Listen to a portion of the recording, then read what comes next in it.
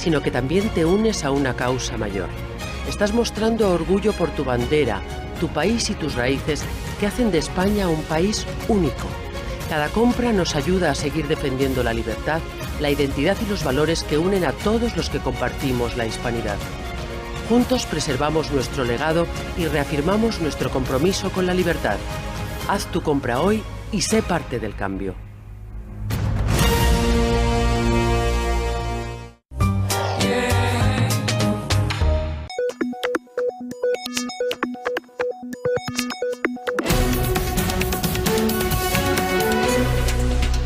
Pulso económico que, como es tradicional, vamos a comenzar echando la vista atrás, a ver cómo le ha ido al IBEX 35, hoy con caídas casi un punto, 0,91%, el índice general cierra la sesión en 11.795,3.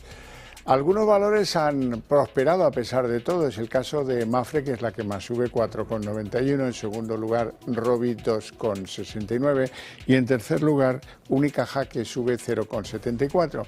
Y en el lado del rojo, donde hoy pues mandan las manos vendedoras, Acerinox, la que más, 5,01 abajo, Santander, 3,01 abajo, hablaremos de ambas compañías después, y SACIR, la tercera, 2,90 abajo. Y a continuación les voy a adelantar alguno, a modo de titulares, algunos de los temas que seguro les van a interesar de la mesa de análisis económico que convocamos aquí con los mejores expertos para que a ustedes no se les escape un detalle. Bueno, y en nuestra mesa de análisis económico, pues hablaremos de Guindos, que cree que los riesgos a la baja para la economía se están materializando y desde luego el Banco Central Europeo mantiene abiertas todas las opciones de cara a las próximas reuniones. Podría haber una bajada jumbo, podría haber una bajada normal, pero hay que tomar decisiones porque la economía europea está bastante fría, sobre todo la de algunos países como Alemania o Francia. Y hablaremos del Banco Santander, que hoy presentaba sus resultados hasta septiembre, que ha ganado 9.309 millones, 14% más, ha mejorado su rentabilidad un 16%, pero la bolsa no perdona y la bolsa descuenta que eso está llegando a sus días finales y esa probablemente sea la razón. A ver qué dicen nuestros expertos de que hoy Santander sea el segundo en caídas, 3,01 abajo. Y les presento ya a nuestros invitados hoy. Don Santiago Sánchez, economista y profesor universitario. Muy buenas tardes. ¿Qué tal? Muy buenas tardes. Tiempo que no venía usted por aquí. Mucho, un placer volver a estar aquí. ¿Todo bien? Todo muy bien. Me alegra muchísimo. Don Miguel Ángel Cicuéndez, muy buenas tardes. Buenas tardes y lluviosas en Madrid. Y oye, encantado de estar con Santiago, que hacía mucho que no coincidíamos. Esto no es llover, si ha visto lo que está pasando en Valencia o lo que, en fin, terrible. Esto no es llover, esto no es nada. Don Miguel Ángel es vicepresidente de ASEAFIC y es consejero de Eurohispano Opciones ICAP. Bueno, vamos con la bolsa hoy. ¿Qué les ha parecido? Da la sensación de que el Santander ha lastrado mucho, Acerinox también ha lastrado mucho y que al final pues hemos perdido los 11.800 incluso. Pues efectivamente, jornada en el IBEX que dentro de ese movimiento lateral que tenemos entre los 11.500 y los 12.000 puntos aproximadamente, pues hoy perdemos puntos en el IBEX y es una jornada que viene dentro de un contexto en el que vamos a asistir a presentaciones de resultados, ya estamos asistiendo. Lo que el año pasado eran muy buenos resultados en el sector tecnológico, en este 2024 se está extendiendo al resto de sectores y un poco pendientes también del contexto geopolítico que tenemos muy complejo y con unas elecciones en Estados Unidos que van a determinar gran parte de lo que va a ocurrir en el último trimestre del año. Europa seguimos estancados, hemos tenido un buen indicador en Alemania, con la confianza del consumidor, datos que no se veían desde el año 2022, con lo cual, pues bueno, pequeña esperanza, pero sí que estamos en el contexto nacional, movimiento lateral y a la expectativa de lo que ocurre en las próximas presentaciones de resultados. Hoy, por cierto, daba la sensación de que Wall Street da por ganador de las elecciones a Donald Trump, porque su compañía, la que cotiza en bolsa, subía más del 18%, y entonces, pues eso es señal de que a los inversores ya les parece bien que Trump se haga con la presidencia. ¿Cómo ve la sesión de hoy? Bueno, pues efectivamente estamos en un momento de lateralidad importante en lo que es el contexto nacional, con el IBEX 35, con el Eurostock, que no termina de romper la zona de 5.100.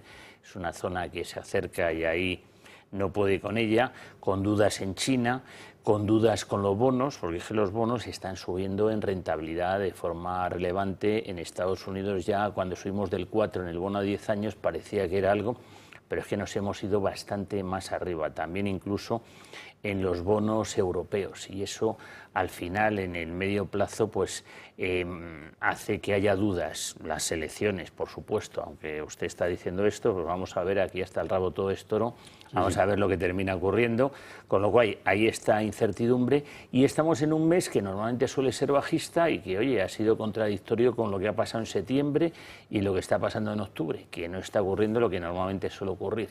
Vamos a ver si noviembre, que es el mes más alcista, a ver qué ocurre. Bueno, en España, en el escenario español, malas noticias para todos nosotros porque da la sensación de que el Gobierno no va a conseguir aprobar el impuestazo a las energéticas, se opone el PNV, se opone Junts, ¿y eso en qué redundará? Pues en que Hacienda decida una subida del IVA de la electricidad a todos los españoles si no nos lo remedia algún santo que tengan devoción especial. Pues sí, la verdad que cuando el Gobierno presentó el plan fiscal que envió a Bruselas, lo que subyacía dentro de ese plan es que España tendría que afrontar unos recortes anuales de 6.000 millones de euros entre el año 2025 y el 2031. Recortes que no quiere decir recortes como tal, sino que va a gastar menos que lo que crece el PIB potencial, para entendernos. Es decir, si el año que viene se espera que el PIB potencial de nuestro país sea el 4,7, España gastará el 3,7. Es decir, nos van a subir impuestos para seguir gastando más. ¿Qué es lo que ha ocurrido?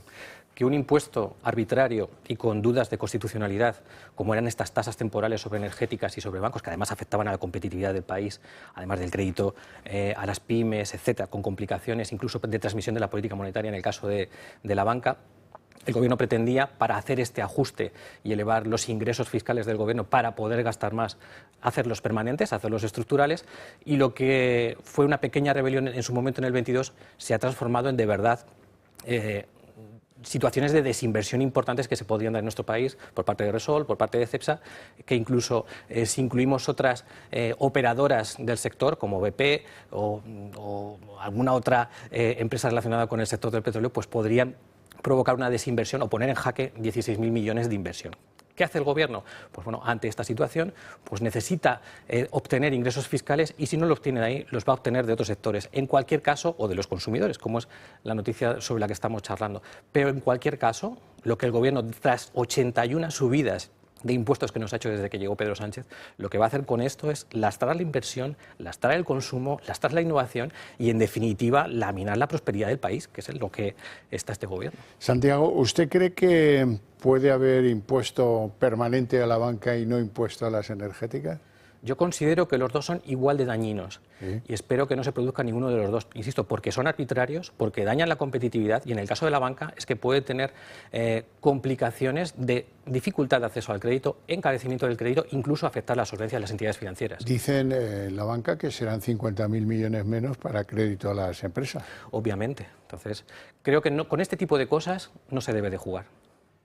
Bueno, yo creo que ahora mismo, con todas las dudas que tenemos con el panorama político, vamos a ver cuán largo todas estas circunstancias, vamos, no sé, es que hacer aquí ahora mismo proyecciones a medio plazo no hay quien las haga, ¿no? Con todas las noticias que estamos teniendo, lo que va, no sabemos si va a haber presupuestos, parece ser que con lo que le ha pedido Podemos que tiene que hacer, pues parece que es imposible llegar a ese acuerdo, con lo cual, bueno, pues, tengo mis dudas al respecto en relación con lo que nos está preguntando. Sí, pero la salida fácil siempre es subir los impuestos. Bueno, para gastar eso más, ya entonces está empeorando al público en general. A todos nosotros, desde luego. Bueno, Guindos, vicepresidente del Banco Central Europeo, dice que, bueno, desde su punto de vista ya se ven los riesgos a la baja de la economía europea, que ya se están materializando, y por supuesto eso significa que hay un futuro en el que van a bajar los tipos de interés, más bien cercano que lejano. Claro, la situación en el contexto europeo pues es una situación de debilitamiento en el crecimiento, de estancamiento económico, y eso pues está lastrando, entre otras cosas, el consumo, que es una de las variables que está vigilando además Luis de Guindos y las que va a vigilar el BCE para ver qué ritmo es el que debe de seguir las bajadas de tipos y con qué amplitud se deben de producir. Estamos en un entorno complejo, con complejidades geopolíticas y que pueden tener su traslación a los costes energéticos y en algunos casos algunas materias primas, y es normal que el BCE en este caso pues sea prudente y vaya a hacer lo que ha seguido haciendo o lo que ha estado haciendo durante todo el año pasado y durante este proceso de corrección de la situación de incremento de la inflación en el contexto europeo, y es vigilar muy desde el corto plazo los indicadores de coyuntura y conforme a ellos tomar decisiones. Pero sí que es cierto que Europa necesita ritmo de crecimiento y para ello pues nos va a venir muy bien bajadas de tipos de aquí a final de año. No, efectivamente, esperamos. Tan pronto de Guindos dice una cosa como alguno no muy lejano a él dice lo contrario, que de momento las bajadas de tipos, claro, con la bajada que hemos visto ayer del petróleo, pues que ya parece ser que la inflación está controlada y bueno, digamos que el Banco Central Europeo tiene una serie de limitaciones que no tiene la FED, ¿no? Que tiene que vigilar otro tipo de situaciones. Entonces, bueno, pues sí, yo estoy de acuerdo con él que lo normal es que bajen, pero los bonos no terminan de decir lo mismo. O sea que, Bueno, iremos viendo. Nombres propios en la bolsa española. No es fácil de explicar esto. El Santander presentaba unos resultados espectaculares. De enero a septiembre, 9.309 millones ha ganado el banco. Un 14% de incremento, un 16% de aumento de la rentabilidad. Y sin embargo, en bolsa pues es la segunda en marcar los retrocesos y en conducir al IBEX a esa situación de hoy del rojo casi por un 1%. ¿Por qué? Bueno, yo creo que a pesar de que los resultados son buenos, son muy buenos. Muy buenos. Yo diría que tiene un triple récord estos resultados. Tenemos un récord trimestral en los beneficios, con esos más de 3.000 millones que ha obtenido, con un récord también de beneficios generados dentro de España. 1 de cada 3 de esos euros se han generado en nuestro país, y con un récord, ese tercer récord, en el acumulado que lleva del año, en estos 9 meses, el Banco Santander. Y ese es un muy buen dato. Más allá de ello, hay otras cuestiones que yo creo que son interesantes señalar. Uno, la reducción del volumen de créditos, que es algo que viene muy determinado de la evolución de los tipos de interés y de la disminución de depósitos que también ha tenido la entidad. Detalle también importante, el crecimiento que ha tenido en fondos de inversión, muy significativo, un fuerte incremento de un 19%, y eso es un dato muy relevante también de la traslación del depositante que no encuentra remuneración suficiente en sus depósitos a la vista y encuentra ofertas alternativas en fondos de inversión.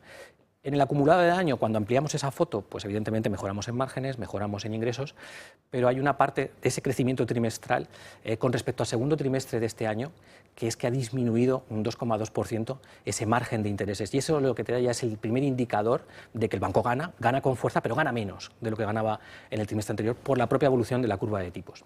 En este contexto, a pesar de que crece en volumen de clientes, a pesar de que tiene un ratio de eficiencia muy bueno del 41,7%, con una morosidad muy controlada, yo creo que le penalizan dos cosas. Una, la incertidumbre que se ha generado en torno a la situación judicial en el Reino Unido, con esos créditos alrededor del sector del automóvil.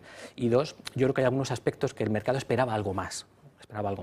Pero aún así, yo creo que la valoración debe ser muy positiva de la entidad, de la orientación que lleva y de la previsión de objetivos en cuanto a alcanzar por el precio de la cotización de la acción en el medio y largo plazo. Yo creo que es un valor interesante y que es muy relevante tenerlo en cartera. Por cierto, Reino Unido y Santander, hay que contar que Santander levanta el pie en el Reino Unido y se va a deshacer de 1.300 empleados que tiene allí. No va a haber medidas de ese tipo en España porque aquí las cosas supongo que van mucho mejor, pero bueno, hay que dejar constancia de ello.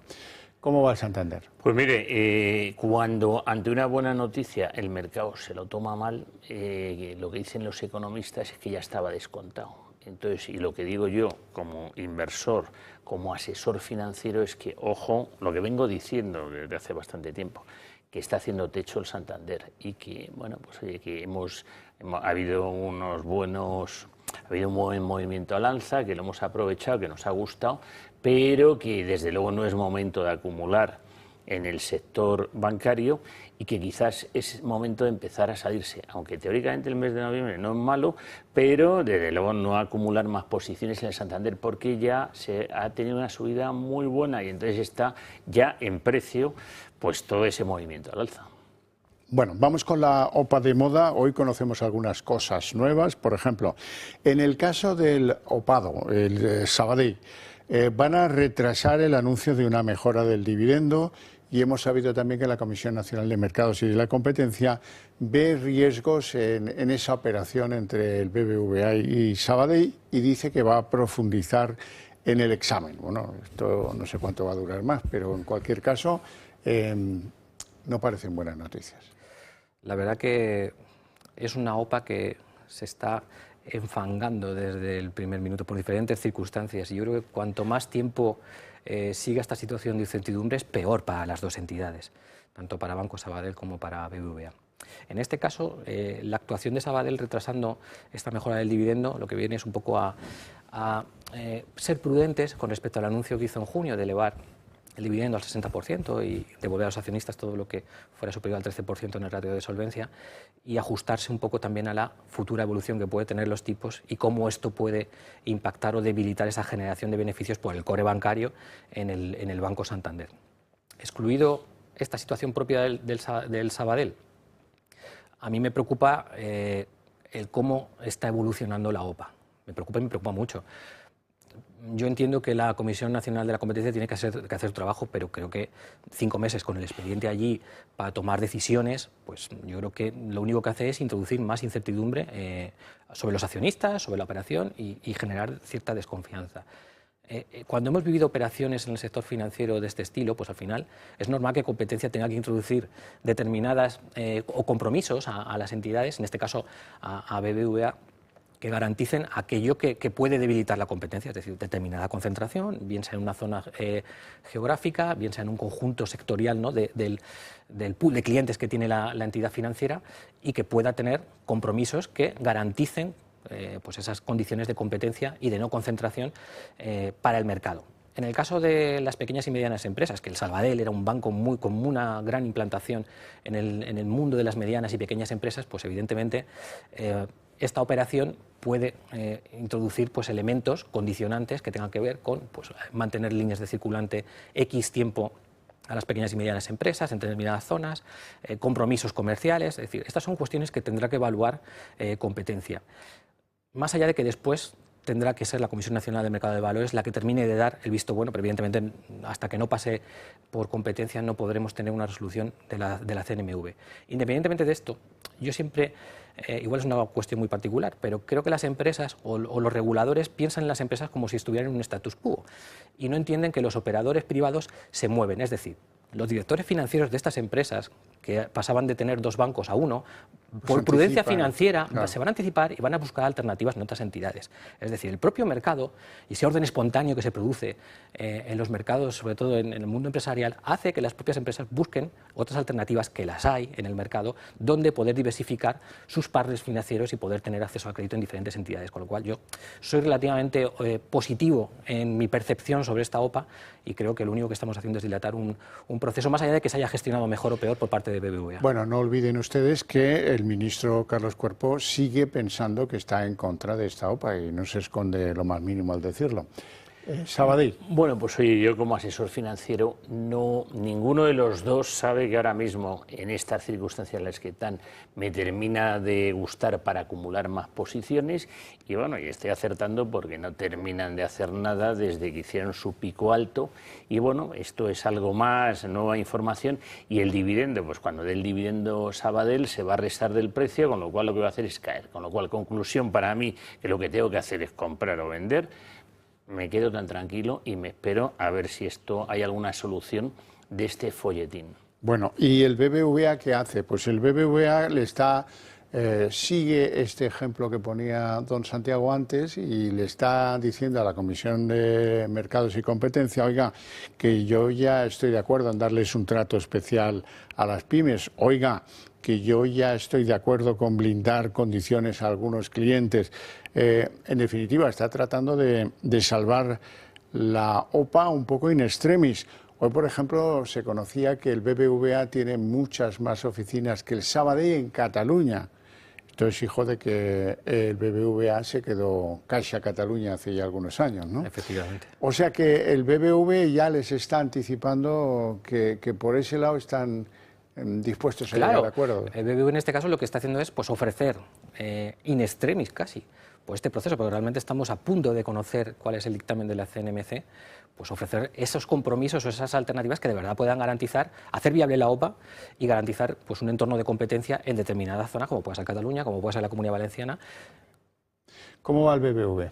Bueno, pues el BBV, como le he comentado anteriormente, está en un lateral bajista y que de momento no da señal de entrada, sino de esperar a ver qué ocurre con estas circunstancias en las que llevamos ya mucho tiempo. Bueno, vamos a un entorno más halagüeño, el de la aseguradora Mapfre. La aseguradora Mapfre ha disparado su beneficio un 39% hasta 653 millones, que es un buen resultado para una compañía de seguros.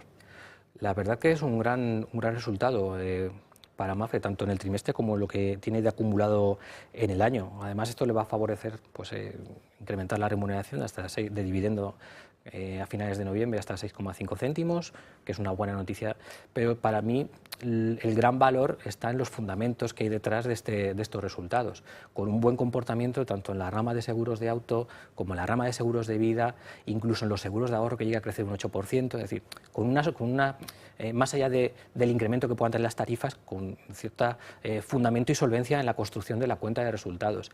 Y luego una diversificación geográfica que también le da pues, cierta estabilidad y a la hora de componer su cuenta de resultados, con buen comportamiento en América Latina, que es un mercado muy importante para ellos, y luego pues, la otra parte o la otra gran aportación que hace España y Portugal al negocio de Mapfre, con lo cual celebrar unos muy buenos resultados para la compañía. Cifuentes. Bueno, pues este es un valor que nosotros tenemos en cartera, que nos gusta, que está en zona de máximos y que ha roto al alza, y que, bueno, quien lo tenga, felicitarle. Se puede seguir teniendo el recorrido al alza, se puede seguir acumulando, o sea, nada que ver con otros valores que hemos comentado antes. Había que haber entrado previamente, pero se puede seguir entrando. Bueno, decir que Mapfre ha sido pues, el valor que más ha subido hoy, casi un 5%. Acerinox. Acerinox es la cara contraria, recorta un 53% su beneficio hasta septiembre por las huelgas que tuvo su planta europea y también porque su negocio central sufre una caída de demanda, ¿no? La verdad que el sector del acero, el conjunto de la industria en general, lleva unos años realmente complejos, pero particularmente el acero viene arrastrando una situación muy compleja en términos de demanda, en términos de costes energéticos, y eso condiciona mucho la evolución pues, de las compañías y de la construcción de la cuenta de resultados. Cuando uno acude a los indicadores de industria se da cuenta enseguida y ve la producción industrial en cada una de las ramas de actividad cómo evoluciona, y este sector en concreto pues, no ha tenido su mejor época en los últimos años. En este caso pues, se ve exacerbado por la situación de esa huelga en los barrios, en Cádiz, y la debilidad que tiene la demanda tanto en la zona euro, especialmente en los países del centro de Europa, como en Estados Unidos. Yo creo que la compañía además tiene cierto endeudamiento, posiblemente pues para también fortalecer la situación que está viviendo en este año, que hace que haya incrementado sus posiciones de circulante y que se genera cierta incertidumbre sobre la evolución en el último trimestre del año. Hoy líder en caídas, Acerinox. Pues sí, pero ya sabe usted que yo hasta cierto punto soy contrario. Soy contrarian, que dice, no, contrarian es que hay que buscar las oportunidades. Y entonces lo que hay que buscar las oportunidades es donde están baratos los precios. Entonces, Acerinox se está poniendo a tiro para entrar. ¿Hay que entrar ahora? No, hay que esperar. Pero posiblemente en breve, y además es que es cíclico, es una empresa cíclica y que va dando oportunidades. No hay que comprarlo a 10, pero oye, a 8,63 o cuando se acerca a los entornos de 8, pues posiblemente sea una buena entrada. Entonces, simplemente esperar y ver. Ya lo comentaremos aquí en Pulso Económico.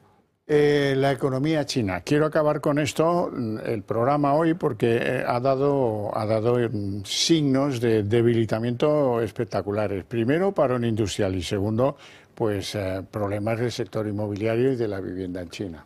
La verdad que los problemas inmobiliarios en China es que son estructurales y han lastrado enormemente el crecimiento de China en los últimos años, con un problema también de endeudamiento asociado que dificulta mucho la situación. Yo creo que los objetivos que tenían previstos en China de crecimiento para este año, en torno al 5%, creo que va a ser difícil que los puedan alcanzar, creo que se quedarán por debajo. Y la incertidumbre, a pesar de los impulsos fiscales del gobierno chino, yo creo que es compleja y sin confianza y con endeudamiento y con problemas en vivienda donde tienen mucho patrimonio los ciudadanos chinos, el consumo termina también debilitándose.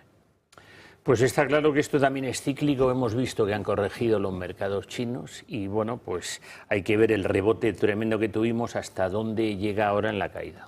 No tenemos tiempo para más. Lo dejamos aquí con mi agradecimiento a estos dos caballeros por sus opiniones, por su presencia en el programa y a ustedes por el seguimiento que hacen del mismo. Para ustedes tengo premio a la vuelta de publicidad, la redacción abierta.